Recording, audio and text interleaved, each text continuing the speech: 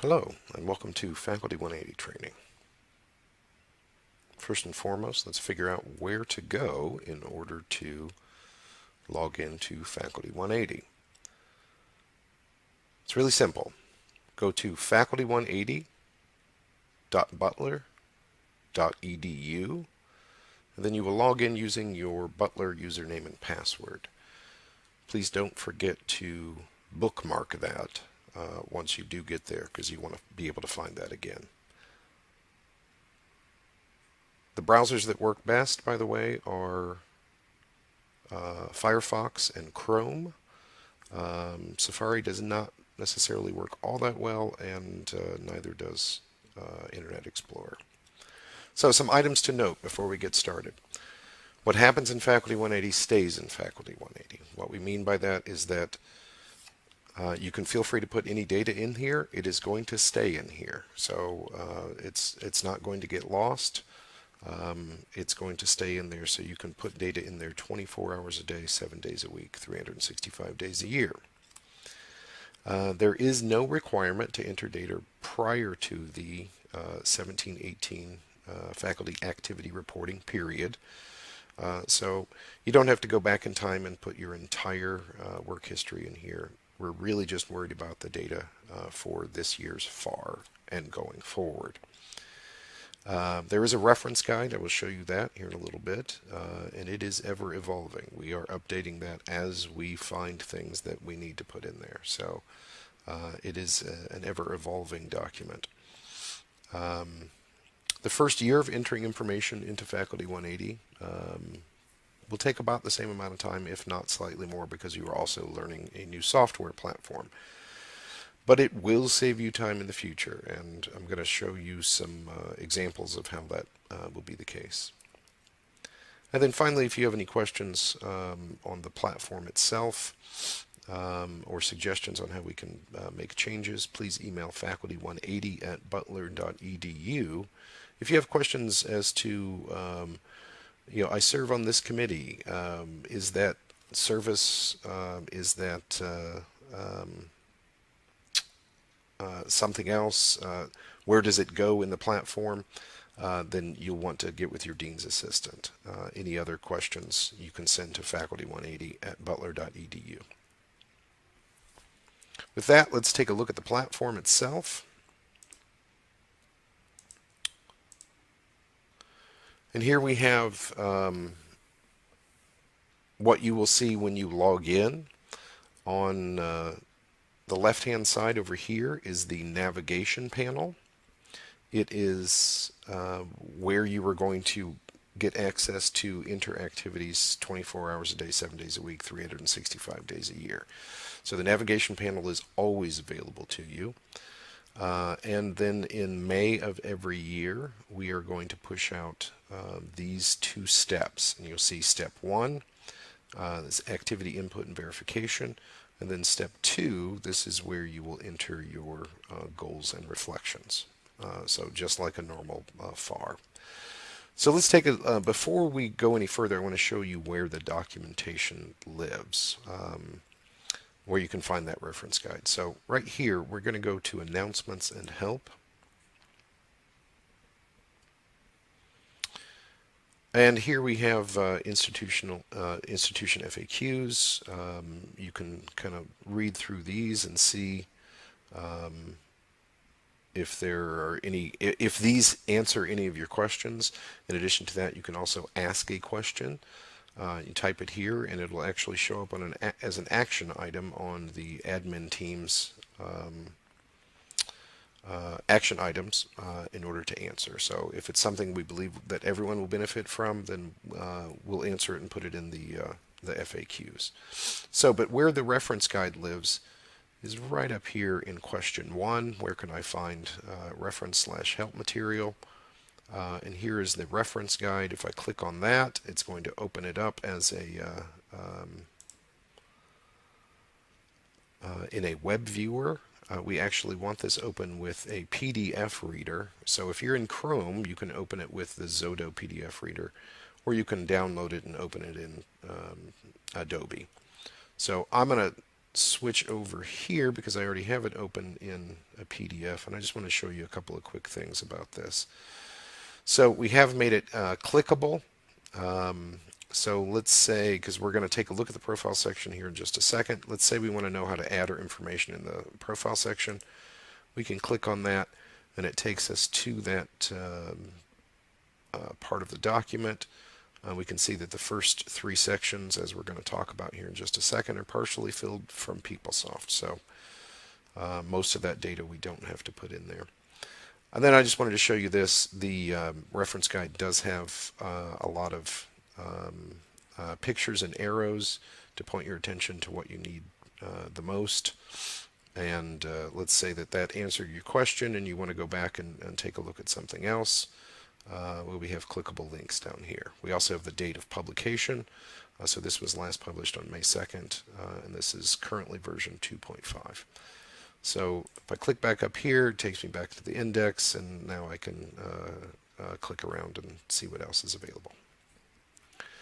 So I'm going to go back to the platform. Let's go back to the home. And I want to show you this. I'm going to go into the profile section. Like we just talked about, these first three sections, personal information, contact information, and current position, that information gets pulled in from PeopleSoft. There is an exception. You can add an additional title or rank because it's just going to pull in the one that is in PeopleSoft. So I understand that a lot of faculty do have multiple titles, so you can add that other title there by hitting edit, and then there's an add button that pops up. So as far as the rest of this, there is no requirement that you put any information in there. However, I will make a case that filling this stuff out might help you in the future because you can pull information from this. And your dean's assistants can pull information from this. So if you want to keep an up-to-date biography here, your dean's assistants can just pull it from there rather than have to ask you for it every single time. Now, that leads to a question: who can see all of this data? It's really no different than it was before. The provost office is going to be able to see this data. The dean's assistants, and obviously whoever is conducting your review, because this information will get sent up the line just like it did when you submitted a paper FAR or an electronic FAR. In addition to that, the small IT team that's managing this project will also be able to see your data. So it's really no different than it was before. Okay, so I'm going to go into activities, and I want to show you some things. We're going to take a look at the difference between what is in this activities panel and what's in that step one that I showed you just a minute ago. So in the activities panel, understand that this is available all year round, so you don't have to wait to put in activities. The only real difference between this section, in just the activities in the navigation panel in step one, is this teaching section. But before I go in there, I want to point out a couple more things. You will notice, or you may notice, that you have some different categories than I do. We're running a different account. Trip Blue Bulldog is our test faculty account, so that we can show you on the production site. We created it for kind of testing and training purposes. But Trip is a member of CCOM, so if you're in CCOM, you will see exactly the sections that I see here. And additional school or different schools, such as COFS, has several additional fields that have to do with accreditation. I believe LSB has some additional fields as well. But you will see you may see some different things, so don't worry about that. A couple things I want to show you before we jump into teaching, and that's this handy dandy show all, hide all buttons up here. If you show all, that opens everything up, and for me, I like a nice clean screen. So this gives me a little bit of anxiety.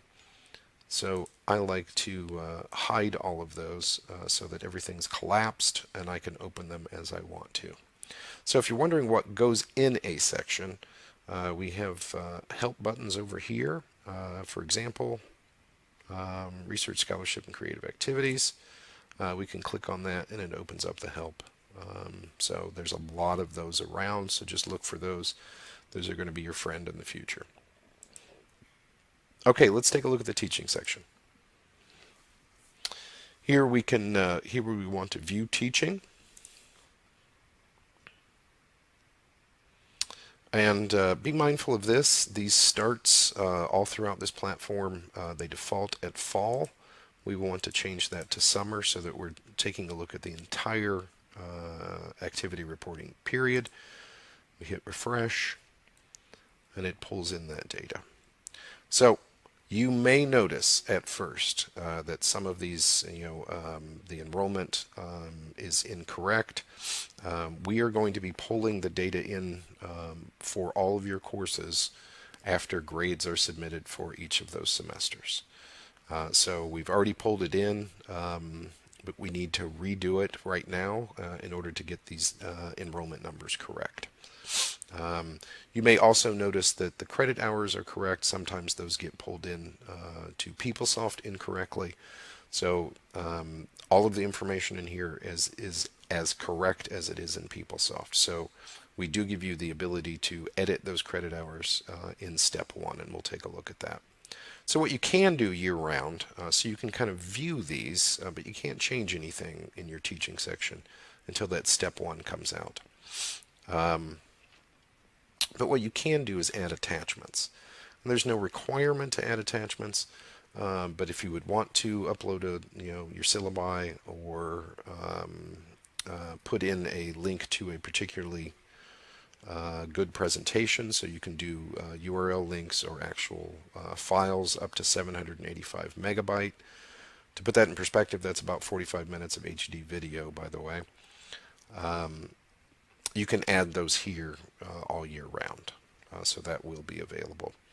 Now let me show you the difference between this activities teaching section and the one in step 1. So like I said, step 1 and step 2 we are going to push out in May of every year. And what it is it's gives you an opportunity to verify the information you've put in throughout the year and actually submit your FAR. So you can kind of think of step 1 as the quantitative part of this. It's all the data about your activities, and step 2 is the qualitative portion of this, of your FAR, because that's all of the the goals and reflections on the activities. Okay, a couple of things to point out. One, final submission. Do not hit this button until you are ready to absolutely submit all of your quantitative data up the line to your reviewer. There is no second button, so if I hit final submission, it's just going to submit this and my step 1 will disappear. So make sure you do not hit final submission until you're ready to finally submit it. If you do accidentally, then email faculty180@butler.edu, and we can get that taken care of. You may be scolded just slightly because it's a big step. It's a lot of steps in order to get those back. So I will also point out there is a save and go back button. And this preview CV is what Faculty180 calls the activity data. So don't confuse CV with the CV that lists every breath you've ever taken in your life. So as we move down the line, we can see that we have our teaching section here. Here you can see I can group classes together. So if these are, a lab and a lecture, I can group those together for ease of reporting or reflecting on in my step 2 in my goals and reflections. So I can also add a course taught. by the way, you will note up here if you are manually entering a course, use the instruction mode as the course designation. So let me show you what I mean by that. So if I go down here and I add a course as taught, and you might be asking, why would I want to add a course? I thought they were being pulled in from PeopleSoft.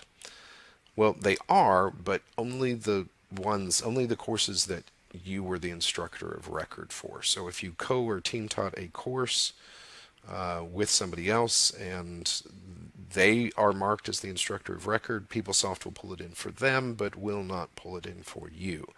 So you will need to manually enter those courses.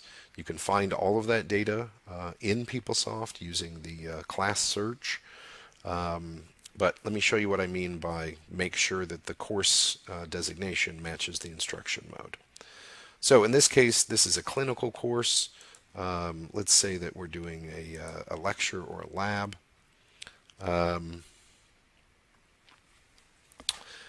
Since the instruction mode here is LEC, I will want to make sure that I put LEC. I put that in the wrong field though. I will want to make sure that LEC is the course designation. So other than that, that's the trickiest part of this. Just make sure that you are getting this information off of or out of PeopleSoft, because we are checking this against a database. If it was not a real course offered that section or offered that semester, then it will not save it and you'll get an invalid error. So let me cancel that out. Let me show you a couple of other things. Credit hours are right here. You do have the ability to edit those from here. Like I said, we're going to be uploading these courses after the grades are turned in for each semester. So you should see your spring courses, if not already, very, very, very soon. Additionally, we have some additional course data over here. Whether or not it was a team taught course, that kind of stuff. We do not pull this information in, but you can add it over here, and I'll show you that here in just a second. Here is where we will see evaluation scores. So everybody has the idea data, and we're going to pull that in for you. You do not have to do that yourself. If you want to attach the comments, though, from your idea data, then you can do that down here by adding them as an attachment to these courses. So talk to your department about whether or not you need to attach that qualitative data, the comments. So you can also hit course not taught if you are listed as an instructor of record for a course that you did not actually teach. And right here is where you can add, was it a cross-listed course? Is it a writing intensive, speaking intensive class, so on and so forth. So that data can be put in right there. Okay, that is the only difference between step one and the navigation panel is this teaching section. So there are a lot more options. By the way, if you do go in and group things together and put course not taught and all that kind of stuff, make sure you hit save and go back.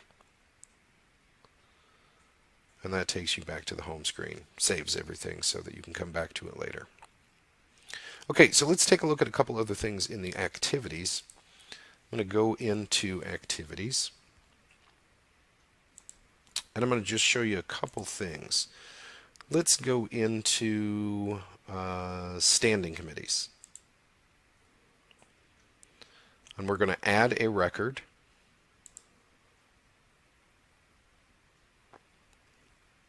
And here, this is very typical of what you will see all throughout this platform is inputs like this. So start semester, I'm going to go fall 2017. If it is an ongoing appointment on this committee, then leave this as ongoing. As long as that end date is marked as ongoing, you never have to report this on your FAR again. It's going to keep reporting year after year after year. Here we can take a look at the drop-down menus. I'll show you this here in just a second. We can change this from the Butler University-wide committees, but let's take a look at that before we do. So we can see if you are a member of the Faculty Senate for any of these particular aspects of it. These are committees. Faculty Senate itself is considered service, so that actually goes in a different section. But if you are on one of these committees, so we're going to say that Tripp is on the core curriculum committee as a member. And that's an ongoing appointment, so we can just leave it like that. Now, you will see these buttons all over this platform. Save just means save. It keeps you right here. Save and add another saves it and clears this out, so you can add another standing committee record. Save and go back saves it and goes back to the activity page. And then cancel is pretty self-explanatory. So I'm going to save and go back so we can see this record. And now we see that Tripp we have a record for Tripp being a member of Faculty Senate core curriculum.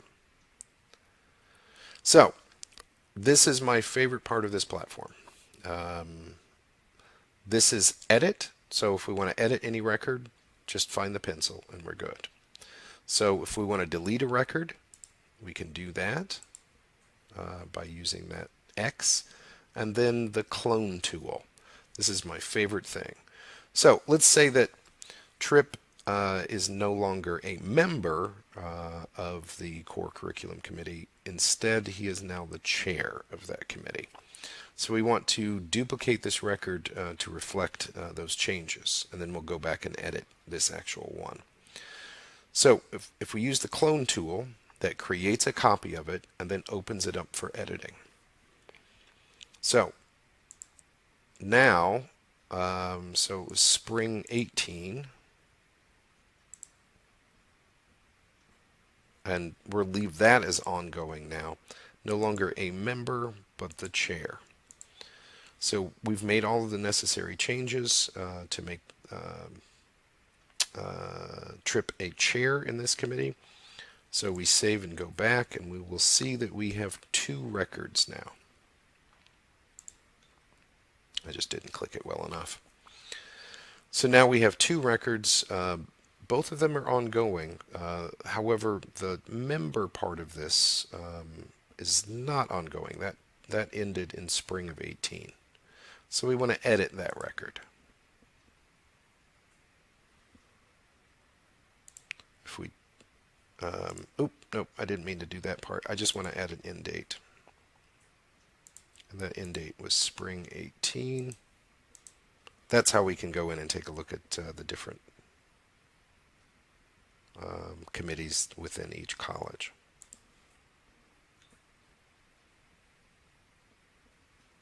Ta-da! Now I have those 2 records done. I'm ready to go. I'm going to show you one more section, and that's the Research Scholarship and Creative Activities. Here we can see a list of blues activities. We're going to add a record. Now, I will be creating videos in the not too distant future that deal with how to import activities using RIS or BibTeX code, or importing them directly from Medline, PubMed, or Web of Science, the databases. Right now I want to focus on manually inputting a record. So we select this, we've got our drop-down menu. This is not an exhaustive menu, but as you will find with every menu that we have like this, there is an other option. So if I select other, that gives me an opportunity to enter something that's not on this list. So for right now, what I want to do is I'm going to show you a, we'll say it's a chapter.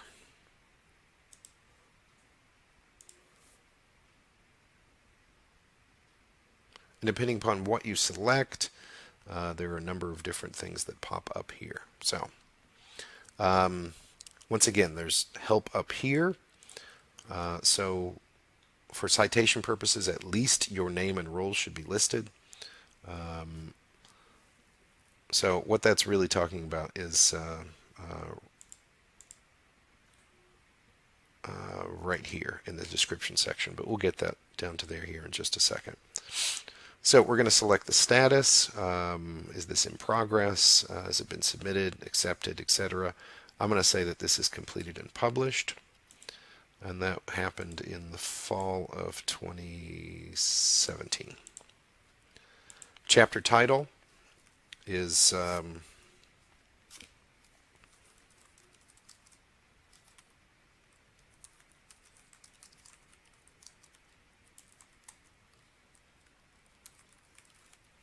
Health Benefits of Dog Ownership. The book title is, we'll just keep this really simple. Book title, it was published in 2017. Here I can put the pages that it was. We'll say that this was 239 through 257. Location, that's the location of the publisher.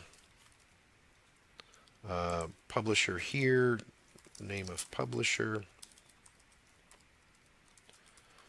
And for JCA folks, or anybody that's doing some kind of creative production or creative performance, you may have some different roles, and I'm going to explain what happens there. So here, this lists you. You can add a contribution. So if you co-wrote this with someone and it was 50-50, you can put that in there. There's no requirement to do any of that. If you were an editor instead of an author, you can change that rule to editor as well. You can add additional people and additional roles. So you can do all of that. You're not required to, though. So I'm just going to kind of leave that blank for right now and move on down here. So if your role was something other than an editor or an author, you can actually list those here.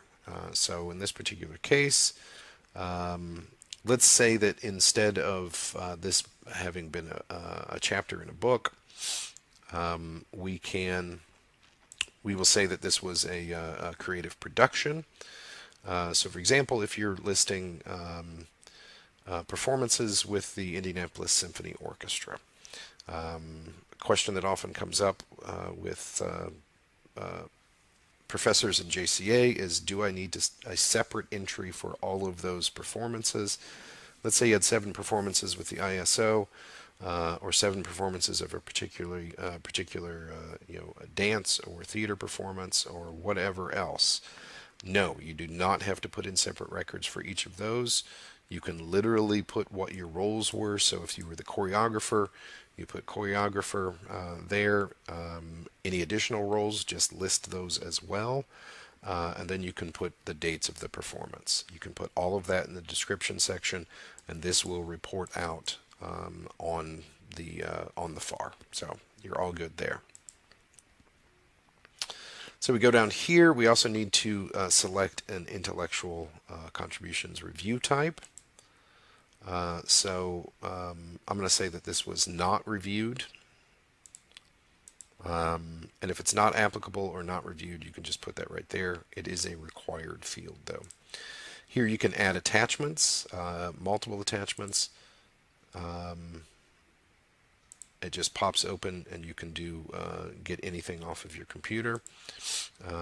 You can select what it is that you want, be it a transcript or other type of file. It does not matter, though.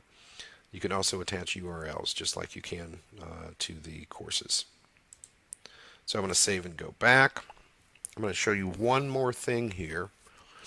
And here we see it popped up here.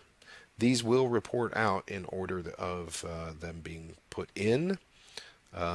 We have requested that be changed, but we are not looking forward to that in the near future. In the future, we are looking forward to these reporting out in chronological order, but right now they are in the order that they were put into Faculty 180. So let's say I need to change something about. let's say I had listed this as in progress instead of completed and published. So I don't want that data to be double.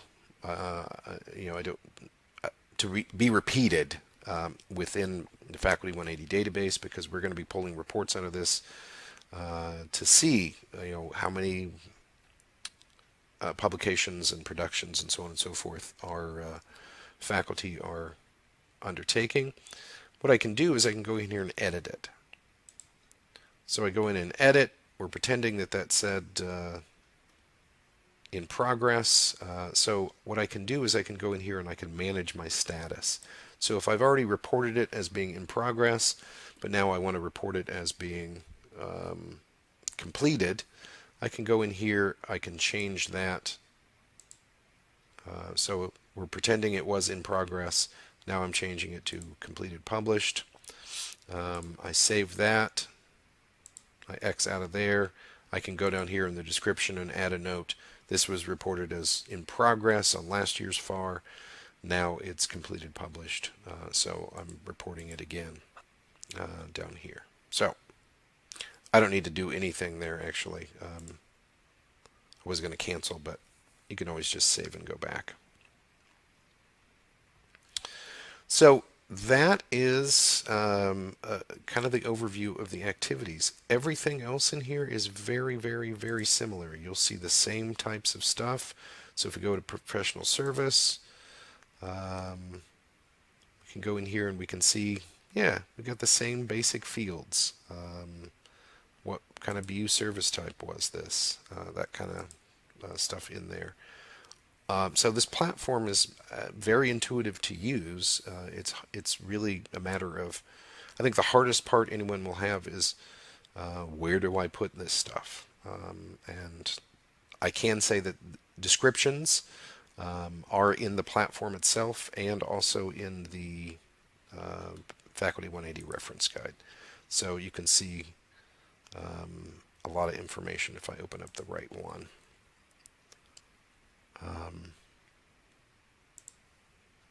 What is Faculty 180? You can see in here there's a bunch of information about what goes in what section and so on and so forth. So I think the faculty guide is going to be a good, or the reference guide is going to be a good helpful tool for you as well. Okay, I'm just going to show you a couple more things. And then you can go experiment on your own. So I went back to the home screen because I want to take a look at these action items again. So we went into step 2, or step 1. That's where we could modify our teaching information and kind of verify that. So let's say that we've entered all of our data. Before we hit final submission, so we've entered all of our activities, but we don't want to quite submit it yet because we still need to do our goals and reflections. But we can find that in step 2. So going back to the home screen, if we go to step 2, and then there are a couple of things that we will want to do. In order to submit it, you will select what it is that you want to submit and submit the selected evaluations. So for right now, though, we just want to report on our goals and reflections. So we will want to see the data that we've entered for this annual faculty activity reporting period. And in order to see that, we can just hit that eyeball right there, and that's going to open up our data that we've entered. So there's our courses. Here's the things that we've published, etc. So we now need to open up the activity form for entering our goals and reflections. We do that by hitting evaluate. That opens that up in a separate window. Just happens to be in the same place, but we can move this over.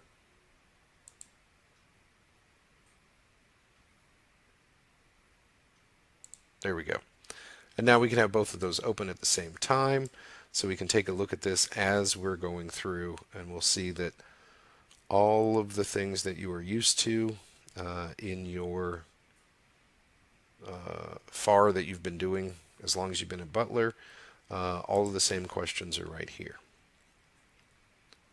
You will want to make sure that you save this. You do not have to complete it all at once, but when you go in here, just make sure that you scroll down to the bottom. You can save it. Here you can add attachments, etc. So save that. Okay. I can X out of that now. X out of that. And if you ever want to save a PDF copy of your goals and reflections, you can export that right here. So now I'm going to go to the home screen. So that was step 2. And the last thing I'm going to show you is this Vidas and Biosketches. So I'm not going to show you how to create your own. I want to show you that it can be done, and there are step-by-step instructions on how to do it in the reference guide. So the annual faculty activity report, that's the one that we were just looking at when we opened step 2. But let's open that again. It opens up in a slightly different format this way. And here I can select the start semester. So I'm going to change that to summer, refresh that data. And if I just want this FAR reporting period, summer through spring, I can also save that by printing it out. I can also export to a Word document or a PDF, or I can share a web link. Either way. And depending on how that got set up, this web link could be either dynamic, which means that it is going to include new information that gets put in there from summer 2017 through spring 2018. So if I add additional information, it's going to report out to that web link as well. That's a dynamic link. I can also do a static link. How to do that is all in the reference guide, just FYI. So, but I can save that to a PDF. So if I'm saving my FARs and putting them in my dossier as PDFs, this is a really easy way to do that. So you can get this quantitative, the activities piece. You can do the same to the step 2, the goals and reflections, and then upload those to your dossier. So, and we can see these report out, but you can also create your own that are very specific to your needs. So I'm going to go back over to Vidas and Biosketches again. And I've created one called Blues Activities, which is only, it's set up to only be the research scholarship and creative activities. So if we take a look at that one, once again, we will want to change the defaults. And here we have listed in order of when they were put in the system, all of the research scholarship and creative activities. Now, if I wanted to keep my website up to date on these, I can copy a link to it, put that in my website so that viewers can just click on that and it takes me to just a web page that looks like this. It's got an email address, my name, and my research scholarship and creative activities. So that is Faculty 180. I'm going to show you one other thing. This will be more helpful once there's more data in there. But let's say that you are curious, and by the way, only full-time faculty have access to this, so you don't have to worry about this being available on the web or anything like that. And let's say that you want to find a colleague that's on a certain committee. You can click on committees and do a find that unit, and you can see what other faculty are on that committee. If you have a research interest, you can take a look in there. So there's lots of availability. So Find Colleagues is more of a collaboration tool within Butler University. So, and that's all that I have. If you once again, if you have questions about where something goes in Faculty 180, that should be directed to your dean's assistant. If you have suggestions on improving the reference guide or the platform itself, then please email faculty180 at butler.edu. Thank you very much.